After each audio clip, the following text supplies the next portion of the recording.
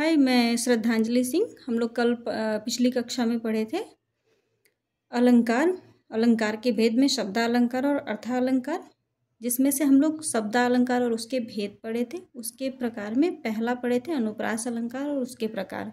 अनुप्रास अलंकार के हम पढ़े थे 5 प्रकार होते हैं, 5 भेद हैं, जिसमें है छेकानुप्रास, लाटानुप्रास, वृत्त्यानुप्रास, श्रुत्यानुप्रास और अंत्यानुप्रास। आज पढ़ेंगे यमक अलंकार, श्लेष अलंकार, पुनरुक्ति अलंकार और वक्रोक्ति अलंकार। आइए पढ़ते हैं यमक अलंकार। सबसे पहले देखते हैं यमक अलंकार क्या होता है। यमक अलंकार यमक मतलब होता है युग्म या जोड़ा, अर्थात इसमें जो शब्द आते हैं वो पेयर में आते हैं, जोड़े में आते हैं। एक ही शब्द 2 आता है एक साथ, और दोनों का अर्थ क्या होता है, अलग अलग होता है। एक ही शब्द का रिपीटेशन होता है, 2 बार आता है, परंतु उसके अर्थ भिन्न भिन्न होते हैं। पहचान एक बार देख लेते हैं कि याद करने के कुछ तरीके होते हैं, उससे देख लेते हैं। एक शब्द पुनि पुनि पर है, पुनि पुनि मतलब कि बार बार, अर्थ भिन्न ही भिन्न, वहाँ यमक को जानिए शिक्षित महाप्रवीण। मतलब यमक अलंकार की पहचान है कि एक शब्द पुनि पुनि पर है, मतलब एक ही शब्द बार बार आते हैं, 2 बार, 1 से अधिक बार आएंगे, और अर्थ जितने बार आएंगे वो अलग अलग प्रकार के अर्थ देंगे। वहाँ यमक को जानिए शिक्षित महाप्रवीण, वहाँ पे यमक अलंकार होता है। परिभाषा नॉर्मल देख लेते हैं। जहाँ कोई शब्द कम से कम 2 बार आए तथा उनके अर्थ अलग अलग हों, 2 बार तो आएगा लेकिन उनके अर्थ बिल्कुल भिन्न भिन्न होंगे, वहाँ क्या होगा, यमक अलंकार होता है। उदाहरण देख लेते हैं। ये सबसे फेमस उदाहरण है, और हम लोग जब से अलंकार पढ़ रहे हैं तब से ये उदाहरण जरूर पढ़े होंगे। कनक कनकते 100 गुनी, माँ दकता अधिकाय, या खाए बौराए जग, वा पाए बौराए। यहाँ पे एक कनक कनक शब्द की आवृत्ति हुई है। यहाँ पे पहले कनक का है अर्थ सोना और दूसरे का है धतूरा, या एक कनक का अर्थ सोना है, एक का धतूरा। अब कहा गया है कि माँ दकता अधिकाय या खाए बौराए जाए जग। अगर कोई भी धतूरा या जहर खा ले, धतूरा खा ले, तो क्या हो जाएगा, पागल हो जाएगा। वाह पाए बौराए। और अगर बहुत अधिक धन या सोना पा जाए तो क्या होगा, तो भी आदमी बौरा जाता है, पागल हो जाता है। दूसरा देख लेते हैं, काली घटा की घमंड घटा। अब यहाँ पे घटा शब्द का रिपीटिशन है, इसकी आवृत्ति हुई है 2 बार।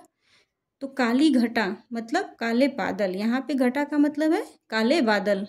और यहाँ पे घमंड घटा, यहाँ पे घमंड का मतलब है घमंड का कम हो जाना, अर्थात घटना मतलब कम होना।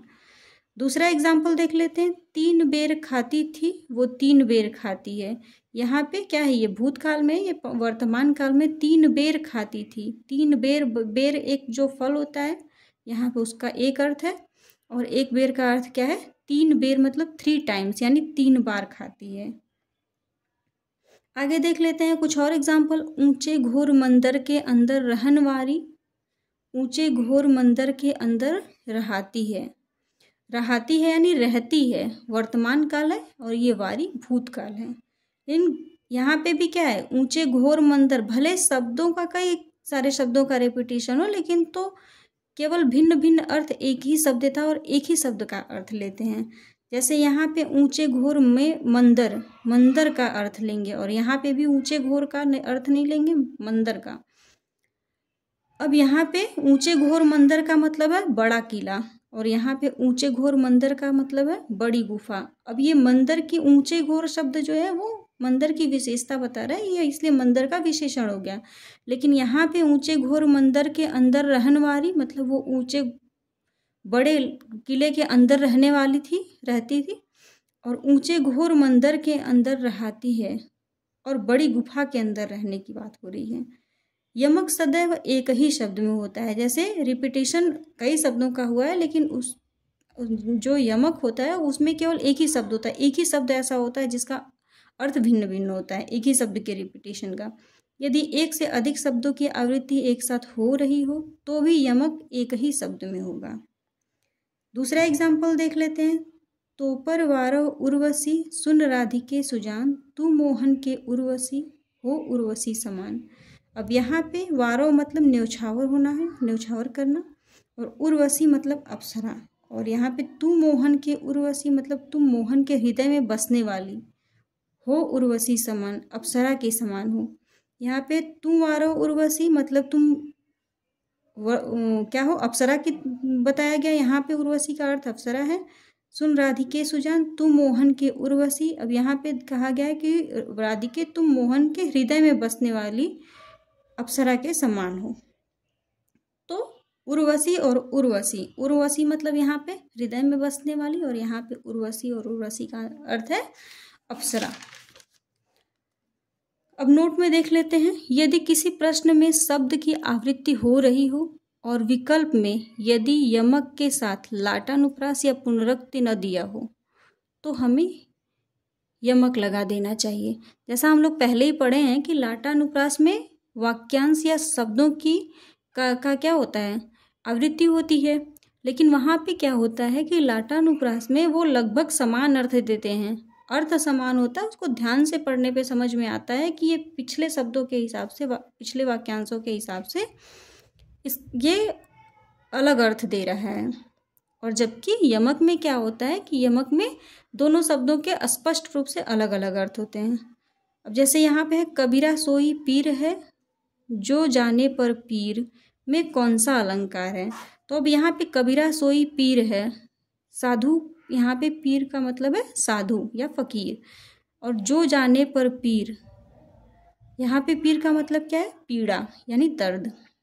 तो यहाँ पे दोनों के अलग अलग अर्थ हैं, समान अर्थक नहीं है। तो यहाँ इसलिए यहाँ पे क्या होगा, यमक अलंकार होगा। अब देख लेते हैं लाटानुप्रास और यमक अलंकार में अंतर क्या है। लाटानुप्रास में शब्दों का अर्थ पहले तो एक जैसा लगता है, परंतु ध्यान देने पर दोनों में सूक्ष्म अंतर आ जाता है, अर्थात दोनों का अर्थ मिलता जुलता है। जैसे यमक अलंकार क्या है, यमक अलंकार में दोनों के अर्थ बिल्कुल अलग अलग होते हैं। पहले ही है, इसमें क्या एग्जाम्पल था कि कनक कनकते सौगुनी, मादकता अधिकाय, या खाए बौराए जग, वा पाए बौराए। और इसका लाटानुप्रास का एग्जाम्पल हम लोग पढ़े थे कि पूत कपूत तो का धन संचय, पूत कपूत तो का धन संचय। वहाँ पे का धन संचय, का धन संचय का अर्थ यही है कि धन संचय करने की क्या जरूरत है, धन संचय नहीं करना चाहिए। का धन संचय मतलब धन के संचय की जरूरत नहीं है। जब उसको दोनों में अर्थ समान देता है, लेकिन जब ये ध्यान देते हैं कि पूत कपूत तो का धन संचय मतलब पूत अगर कपूत हो तो धन संचय की क्या जरूरत है, वो तो बर्बाद कर ही देगा, और सपूत हो तो वो धन संचय कर लेगा अपने लिए।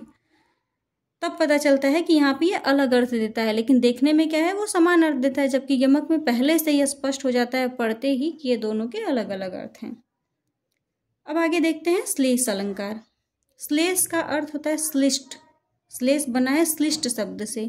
श्लिष्ट का अर्थ होता है चिपका हुआ, अर्थात उसी में लगा हुआ। एक शब्द से कम दो अर्थ निकलते हैं, यानी कि श्लेष मतलब होता है श्लिष्ट, श्लिष्ट मतलब होता है चिपका हुआ या बना हुआ, अर्थात एक ही शब्द आता है और उसी से कम दो अर्थ निकलते हैं। एग्जाम्पल देख लेते हैं श्लेष अलंकृत अर्थ बहु। इसको याद करने के तरीके, श्लेष अलंकृत अर्थ बहु, निकले अगर सुजान, वहाँ श्लेष को जानिए महाप्रबल पहचान। श्लेष अलंकृत अर्थ बहु मतलब श्लेष अलंकार में एक ही शब्द के अनेकों अर्थ निकलते हैं। बहु मतलब कई सारे, बहुत। निकले अगर सुजान, वहाँ श्लेष को जानिए महाप्रबल पहचान। अतः जब किसी एक शब्द से एक से अधिक अर्थ होते हैं तो वहाँ श्लेष अलंकार होता है। कुछ उदाहरण देख लेते हैं। मंगन को देख पट देत बार बार है। अब यहाँ पे पट का मतलब क्या है, दरवाजा, और पट का एक अर्थ क्या है, वस्त्र। और दोनों मंगन के अर्थ में क्या है, पट का है कि देत बार बार मतलब मांगने वाले को देख के कोई दरवाजा बार बार बंद कर देता है, या तो उसका अर्थ है कि वस्त्र या कपड़े बार बार देता है। दूसरा एग्जाम्पल देख लेते हैं। मेरी भव बाधा हरो, राधा नागर सोय, जा तनकी झाई परे, श्याम हरित दूती हो। यहाँ पे श्याम का अर्थ क्या है, कृष्ण भी है और काला भी है। हरित दूती मतलब, हरित मतलब प्रसन्न होना, और हरित दूती मतलब हरा रंग भी है। अब आइए देख लेते हैं आगे पहचान इसकी। जहाँ किसी शब्द के सापेक्ष अनेक संज्ञा पद आए वहाँ श्लेष अलंकार होता है। मतलब एक ही शब्द जो है उसके सापेक्ष में कई संज्ञा शब्द आए, वो कई चीज़ों का वर्णन कर रहा हो एक ही साथ, तो वहाँ पे क्या होता है, श्लेष अलंकार होता है। एक तो हो गया कि श्लेष अलंकार एक ही शब्द के अलग अलग अर्थ देते हैं, और क्यों देते हैं, अलग अलग संज्ञाओं के उपलक्ष्य में देते हैं, के लिए देते हैं। जैसे चरण धरत चिंता करत चितवत चारहूँ ओर सुबरन को खोजत फिरे कवि व्यभिचारी चोर। अब यहाँ पे सुबरन शब्द का अर्थ लिया गया है। सुबरन शब्द के लिए एक से अधिक संज्ञा आई है, कवि, व्यभिचारी और चोर। अब सुबरन का अर्थ इन तीनों संज्ञाओं के लिए, कवि के लिए, व्यभिचारी के लिए और चोर के लिए अलग अलग है। देखते हैं सुबरन, यानी कि सुबरन का अर्थ कवि के लिए क्या है, सुंदर वर्ण, यानी सुंदर वर्ण। और सुबरन शब्द का अर्थ व्यभिचारी के लिए सुंदर स्त्री हो गया, और सुबरन शब्द का अर्थ चोर के लिए सोना से हो गया। अगला एग्जाम्पल देख लेते हैं। रहीमन पानी राखिए बिन पानी सब सून पानी गए न उबरे मोती मानुष चून। यहाँ पे भी मोती, मानुष और चून, ये क्या है, तीनों संज्ञा है, मतलब एक ही शब्द के लिए एक से अधिक संज्ञा पद आए हैं, तीनों क्या है, संज्ञा है। यहाँ पे कहा गया है कि जहाँ किसी शब्द के सापेक्ष अनेक संज्ञा पद आए वहाँ श्लेष अलंकार होता है। यहाँ भी अनेक संज्ञा पद आए हैं, कवि, व्यभिचारी और चोर, और यहाँ भी क्या है, मोती, मानुष और चून, ये क्या है, एक से अधिक संज्ञा पद आए हैं तो अनेक हो गए। अब देख लेते हैं पानी। यहाँ पे पानी शब्द के कई अर्थ दिए गए हैं।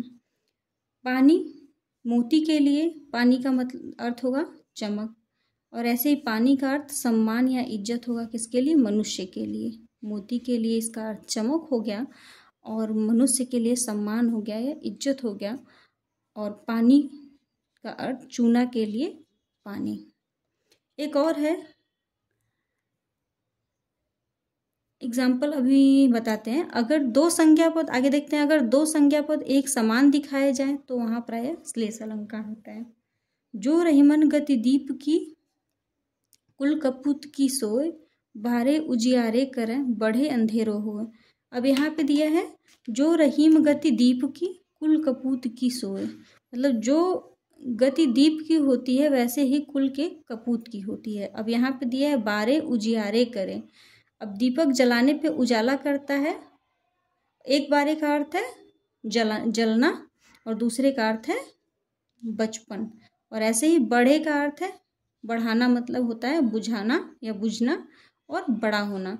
जब कपूत बड़ा होगा तो क्या करेगा, कुल के नाम को बुझा देगा, और यहाँ पे दीपक से है तो दीपक जलता है तो उजाला करता है।